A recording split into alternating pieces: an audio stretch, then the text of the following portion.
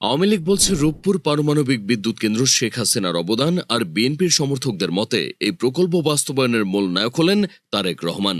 তবে মজার বিষয় হল আওয়ামী লীগ কিংবা বিএনপি নয়, বরং বাংলাদেশের একমাত্র এই পারমাণবিক বিদ্যুৎ কেন্দ্র নির্মাণের উদ্যোগ নিয়েছিল পাকিস্তান। সেই ১৯৬১ সালে শুরু হওয়া এই মেগা প্রজেক্ট ২০২৬ সালে এসে চূড়ান্ত পর্যায়ে পৌঁছেছে। এর মাঝে কেটে গেছে ৬৫টি বছর, বদলেছে অসংখ্য সরকার। তাই রূপপুর পারমাণবিক বিদ্যুৎ কেন্দ্র নির্মাণে মূলত কার অবদান সবচেয়ে বেশি তা জানতে হলে ঘেঁটে দেখতে হবে অজানা ইতিহাস। ১৯৬১ সাল নাগাদ তৎকালীন পাকিস্তান সরকার পশ্চিম পাকিস্তান ৪টি পারমাণবিক বিদ্যুৎ কেন্দ্র স্থাপনের পরিকল্পনা করলে পূর্ব পাকিস্তানের জনগণের চাপের মুখে এখানেও একটি পারমাণবিক বিদ্যুৎ কেন্দ্র তৈরির সিদ্ধান্ত নেওয়া হয়। সে সময় এই প্রকল্প হতে উৎপাদিত বিদ্যুতের লক্ষ্যমাত্রা ছিল মাত্র ২০০ মেগাওয়াট। এরপর বিভিন্ন সমীক্ষা শেষে এই বিদ্যুৎ কেন্দ্রের স্থান হিসেবে নির্বাচন করা হয় পাবনার ঈশ্বরদী উপজেলার পদ্মা নদীর তীরবর্তী রূপপুর এলাকাকে। ১৯৬২ থেকে ১৯৬৩ সালের মাঝে পারমাণবিক বিদ্যুৎ কেন্দ্র প্রকল্পের জন্য ২৬০ একর এবং আবাসিক এলাকার জন্য ৩২ একর ভূমি অধিগ্রহণ করা হয়। তবে এর পরপরই এই প্রকল্পের বাজেট স্থানান্তর করা হয় পশ্চিম পাকিস্তানের নির্মাণাধীন আরেকটি বিদ্যুৎ কেন্দ্রে। শেষমেশ কানাডার সাথে কয়েক বছরের দীর্ঘ আলোচনা শেষে ১৯৬৫ সালে পুনরায় রূপপুর পারমাণবিক বিদ্যুৎ কেন্দ্রের কাজ চালু করে পাকিস্তান সরকার, যার সুবাদে ভূমি উন্নয়ন, অফিস, রেস্ট হাউস, বৈদ্যুতিক সাবস্টেশন ও কিছু আবাসিক ইউনিটের নির্মাণ কাজ আংশিক সম্পন্ন হয়। তবে ১৯৬৯ সালের পর থেকে পূর্ব পাকিস্তানের সাথে পশ্চিম পাকিস্তানের সম্পর্ক ধারাবাহিকভাবে খারাপ হতে থাকায় ১৯৭০ সালে এই বিদ্যুৎ কেন্দ্রের প্রকল্প বাতিল করে দেয় পাকিস্তান সরকার। স্বাধীনতা পরবর্তী সময়ে বঙ্গবন্ধু শেখ মুজিবুর রহমান রূপপুর পারমাণবিক বিদ্যুৎ কেন্দ্রকে ঘিরে রাশিয়ার সঙ্গে আলোচনা শুরু করেন। তবে ১৯৭৫ সালের ১৫ আগস্ট বঙ্গবন্ধুকে করা হলে সেই আলোচনা আলোর মুখ দেখার আগেই ভেস্তে যায়। এরপর ১৯৭৭ সালে শহীদ প্রেসিডেন্ট জিয়াউর রহমান নতুন করে এই বিষয়ে উদ্যোগ নেন।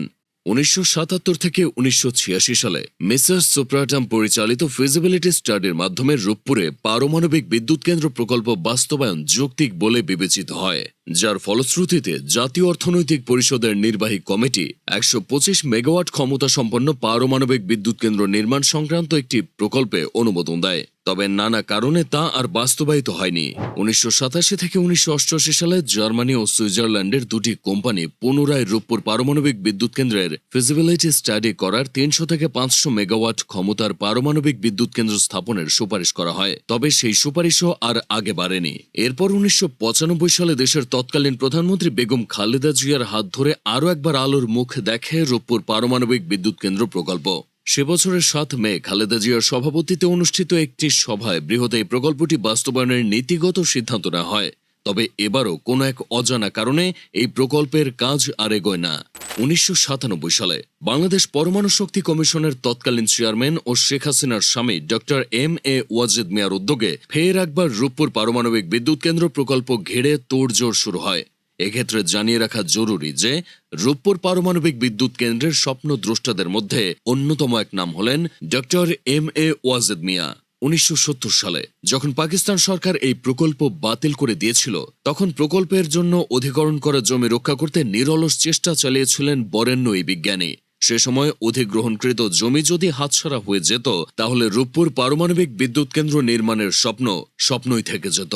তবে ডক্টর এম.এ. ওয়াজেদ মিয়ার মতো যোগ্য ব্যক্তিদের হস্তক্ষেপে এই প্রকল্পের অধিগ্রহণকৃত জমি রক্ষা পায়। ১৯৯৭ থেকে ২০০০ সাল অবধি তার নেতৃত্বে রূপপুর পারমাণবিক বিদ্যুৎ কেন্দ্র বাস্তবায়নে নানাবিধ পদক্ষেপ নেওয়া হয়। এ সময় মানব সম্পদ উন্নয়ন সহ বেশ কিছু প্রস্তুতিমূলক কার্যক্রম গ্রহণ করা হয় এবং সরকারও Bangladesh nuclear power action plan ২০০০ অনুমোদন করে। তবে বাংলাদেশের একমাত্র এই পারমাণবিক বিদ্যুৎ কেন্দ্র প্রকল্প চূড়ান্ত সাফল্যের মুখ দেখে আওয়ামী লীগ আমলে। ২০০৮ সালের নির্বাচনে দলটি তাদের নির্বাচনী ইশতেহারে রূপপুর পারমাণবিক বিদ্যুৎ কেন্দ্র বাস্তবায়নের অঙ্গীকার করেছিল, যার অংশ হিসেবে ২০১০ সালে রাশিয়া ও বাংলাদেশের মধ্যে পারমাণবিক শক্তির শক্তিপূর্ণ ব্যবহার শীর্ষক ফ্রেমওয়ার্ক এগ্রিমেন্ট স্বাক্ষরিত হয়। তাছাড়া প্রকল্পটি সুষ্ঠুভাবে বাস্তবায়নের লক্ষ্যে তৎকালীন প্রধানমন্ত্রী শেখ হাসিনার সভাপতিত্বে একটি জাতীয় কমিটি গঠন করা হয়। ২০১৩ সালের ১৫ জানুয়ারি রাশিয়া স্টেট এক্সপোর্ট ক্রেডিট চুক্তি স্বাক্ষর করেন শেখ হাসিনা। একই বছরের ২রা অক্টোবর বিদ্যুৎ কেন্দ্রটির প্রথম পর্যায়ের কাজের আনুষ্ঠানিক উদ্বোধন করেন সাবেক এই প্রধানমন্ত্রী। ২০১৫ সালের বাংলাদেশ পরমাণু শক্তি কমিশন ২৪০০ মেগাওয়াট ক্ষমতা সম্পন্ন দুটি তৃতীয় প্রজন্মের VVER ১২৪০ জন্য রাশিয়ান কোম্পানি জিএসসি অ্যাটমস্ট্রয় এক্সপোর্টের সাথে একটি সাধারণ চুক্তি স্বাক্ষর করে। এই চুক্তি অনুসারে প্রকল্পের মোট খরচ ধরা হয় প্রায় $১২.৬৫ বিলিয়ন, যার মধ্যে ৯০% অর্থায়ন করেছে রাশিয়া। রাশিয়ার সাথে চুক্তি সম্পন্ন হওয়ার পর ২০১৬ সালে রূপপুর পারমাণবিক বিদ্যুৎ কেন্দ্রের মূল নির্মাণ কাজ শুরুর নিমিত্তে বাংলাদেশ পরমাণু শক্তি নিয়ন্ত্রণ থেকে সাইটিং লাইসেন্স প্রদান করা হয়। রূপপুর পারমাণবিক বিদ্যুৎ কেন্দ্রের ইউনিট ১-এর ডিজাইন অ্যান্ড কনস্ট্রাকশন লাইসেন্স পাওয়ার পর ৩০ নভেম্বর ২০১৭ তারিখে প্রকল্পের মূল নির্মাণ কাজ শুরু হয়। ২০২৩ সালের ২৯ সেপ্টেম্বর রাশিয়া হতে বাংলাদেশে আনা হয় রূপপুর পারমাণবিক বিদ্যুৎ প্রকল্পের প্রথম ইউনিটের ফ্রেশ নিউক্লিয়ার ফুয়েল বা ইউরেনিয়ামের প্রথম চালান। আর গত ২৮ এপ্রিল রূপপুরের প্রথম ইউনিটে জ্বালানি লোডিং কার্যক্রম শুরুর মাধ্যমে আনুষ্ঠানিকভাবে যাত্রা শুরু করে দেশের একমাত্র এই নিউক্লিয়ার পাওয়ার প্ল্যান্ট। সেই সাথে ৩৩তম দেশ হিসেবে পারমাণবিক শক্তির যুগে প্রবেশ করে বাংলাদেশ। তবে এখন প্রশ্ন হলো, দেশের গৌরবময় এই অর্জনে কার অবদান সবচেয়ে বেশি? ফলাওভাবে এই প্রকল্পের ইতিহাস ঘেটে দেখলে অবদানের ঝুলিতে Sheikh Hasina, doctor M A Wazed Miah, Khaleda Zia, এমনকি পাকিস্তান ও রাশিয়ার নামও উঠে আসবে। তবে প্রকল্পটির অধিকাংশ কাজই যেহেতু বিগত আওয়ামী সরকারের আমলে সম্পন্ন হয়েছে, তাই এর সবচেয়ে বড় ক্রেডিট সাবেক প্রধানমন্ত্রী শেখ হাসিনাকেই দিতে হবে। রূপপুর নিয়ে হাসিনা মাথা ঘামানোর কারণেই আজ এই প্রকল্প চূড়ান্ত সাফল্যের মুখ দেখেছে। তবে দেশের অন্যতম আলোচিত এই মেগা প্রজেক্টে তিনি ভরপুর দুর্নীতি করেছেন। আরও পরিষ্কার করে বলতে গেলে রূপপুর পারমাণবিক বিদ্যুৎ কেন্দ্র প্রকল্পের নায়ক ও খলনায়ক উভয় ভূমিকায় পালন করেছেন সাবেক প্রধানমন্ত্রী শেখ হাসিনা। ভারতে যে টাকায় পারমাণবিক বিদ্যুৎ কেন্দ্র নির্মাণ করেছে, বাংলাদেশের রূপপুর প্রকল্পে তার চেয়ে দ্বিগুণ টাকা খরচ হয়েছে। ইউরোপের অনেক দেশের চেয়েও রূপপুর পারমাণবিক বিদ্যুৎ কেন্দ্রের নির্মাণ ব্যয় ঢের বেশি। অন্যান্য দেশে যেখানে ২৪০০ মেগাওয়াটের পরমাণু বিদ্যুৎ কেন্দ্র করতে $৪ বিলিয়ন বেশি খরচ হয় না, সেখানে বাংলাদেশের এই পরমাণু বিদ্যুৎ কেন্দ্রের নির্মাণ ব্যয় গিয়ে ঠেকেছে প্রায় $১২ বিলিয়ন। আর এই নির্মাণ ব্যয়ের বিশাল অঙ্ক গিয়েছে শেখ হাসিনা ও তার পরিবারের পকেটে।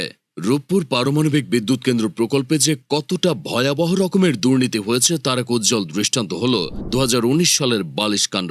সে বছর প্রকল্পের ২০ তলা ও ১৬ তলা ভবনের জন্য আসবাবপত্র কেনাকাটায় রীতিমতো পুকুর চুরির অভিযোগ উঠে আসে। প্রকল্পের প্রতিটি বালিশ কিনতে খরচ দেখানো হয় ৫,৯৫৭ টাকা, আর প্রতিটি বালিশ আবাসিক ভবনের খাটে তোলার মজুরি হিসেবে আরও ৭৬০ টাকা যোগ করা হয়। শুধু তাই নয়, কভার সহ কমফোর্টের দাম দেখানো হয় ১৬,৮০০ টাকা, আর প্রতিটি বিদেশি বিছানার চাদরের জন্য ৩ থেকে ৩,৫০০ টাকা খরচ দেখানো হয়। চরম বিতর্কিত এই প্রতিবেদন সামনে আসার পর দেশের জনগণ বুঝে যায় যে দেশের উন্নয়নের নামে সরকারি কর্মকর্তারা মূলত নিজেদের পকেট ভারী করছেন। আর সে সময় যেহেতু সরকার প্রধান ছিলেন শেখ হাসিনা, তাই এই দুর্নীতির দায় তাকে নিতেই হবে। তাছাড়া গ্লোবাল ডিফেন্স কর্প নামের একটি পোর্টাল তাদের এক প্রতিবেদনে দাবি করেছিল যে রাশিয়ান কোম্পানি রোজাটমের কাছ থেকে সোভিয়েত আমলের পারমাণবিক চুল্লি কিনতে $৫ বিলিয়ন বা $৫০০ কোটি আত্মসাৎ করেছিলেন শেখ হাসিনা ও তার পরিবারের সদস্যরা। তবে পোর্টালটি তেমন নির্ভরযোগ্য না হওয়ায় শেখ হাসিনার বিরুদ্ধে আনা সেই $৫০০ কোটি টাকার দুর্নীতির অভিযোগের তেমন কোনো ভিত্তি নেই। তবে তার আমলে যে রূপপুর পারমাণবিক বিদ্যুৎ কেন্দ্র প্রকল্পে ভরপুর দুর্নীতি ও অনিয়ম হয়েছে তা দিনের আলোর মতো পরিষ্কার। তাই রূপপুর পারমাণবিক বিদ্যুৎ কেন্দ্র প্রকল্প বাস্তবায়নে শেখ হাসিনা মুখ্য ভূমিকা পালন করলেও প্রকল্পটির শতভাগ ক্রেডিট তাকে দেওয়া সম্ভব না। দিন শেষে শত দুর্নীতি হওয়া সত্ত্বেও রূপপুর পারমাণবিক বিদ্যুৎ কেন্দ্র প্রকল্প যে সফলতার মুখ দেখেছে, এটাই বাঙালির ৭ কপালের ভাগ্য।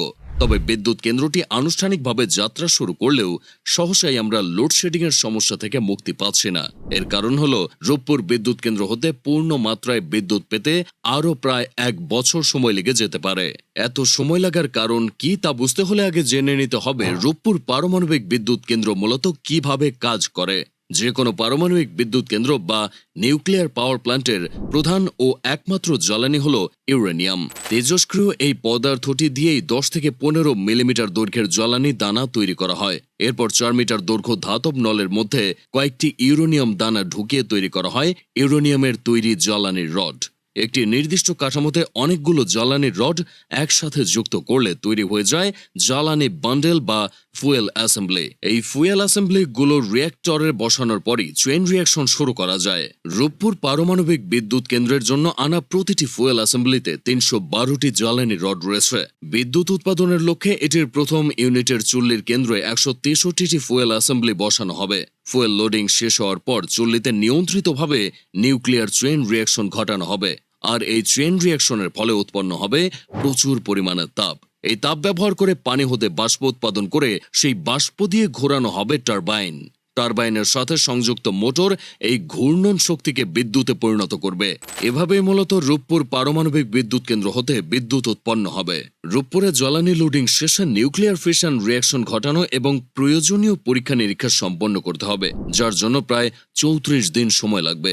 এরপর রিঅ্যাক্টরের পাওয়ার ধীরে ধীরে বৃদ্ধি করে পর্যায়ক্রমে 3, 5, 10, 20 ও 30% উন্নীত করা হবে। রিঅ্যাক্টরের পাওয়ার অন্তত 30% হলেই জাতীয় গ্রিডে বিদ্যুৎ যুক্ত হবে। সেক্ষেত্রে আরও প্রায় 40 দিন সময় লাগতে পারে। সব মিলিয়ে পারমাণবিক বিদ্যুৎ কেন্দ্রটির প্রথম ইউনিট হতে আপাতত 300 মেগাওয়াট বিদ্যুৎ জাতীয় গ্রিডে যুক্ত হতে পারে আগামী আগস্ট মাসের প্রথম সপ্তাহে। আর এটির দুটো ইউনিট হতে পুনঃসক্ষমতায় বিদ্যুৎ পেতে চাইলে আগামী বছরের জুন অবধি অপেক্ষা করতে হবে। বাংলাদেশের একমাত্র এই পারমাণবিক বিদ্যুৎ কেন্দ্রের ফলে সামনের বছরগুলোতে বিদ্যুতের যোগান নিয়ে কিছুটা হলেও চিন্তামুক্ত থাকবে সরকার। তবে পারমাণবিক বিদ্যুৎ কেন্দ্র একদিকে যেমন আশীর্বাদ, পাশাপাশি মুহূর্তের মধ্যেই এটি মারাত্মক অভিশাপে রূপ নিতে পারে। এটিকে ঘিরে সামান্য পরিমাণ ভুলও ডেকে আনতে পারে বড় বিপর্যয়, কেড়ে নিতে পারে লাখ লাখ মানুষের প্রাণ। 1986 সালে সোভিয়েত ইউনিয়নের চেরনোবিল পারমাণবিক বিদ্যুৎ কেন্দ্র দুর্ঘটনার হারহিম করা ইতিহাস সম্পর্কে যারা জানেন তারাই অনুধাবন করতে পারবেন যে এসব বিদ্যুৎ কেন্দ্র কতটা স্পর্শকাতর। তাই নিরবচ্ছিন্ন বিদ্যুৎ উৎপাদনের পাশাপাশি রূপপুর পারমাণবিক বিদ্যুৎ কেন্দ্রের নিরাপত্তা এবং এটি হতে উৎপন্ন পারমাণবিক বজ্রের ব্যবস্থাপনা ঘিরে সর্বোচ্চ সতর্কতা অবলম্বন করতে হবে।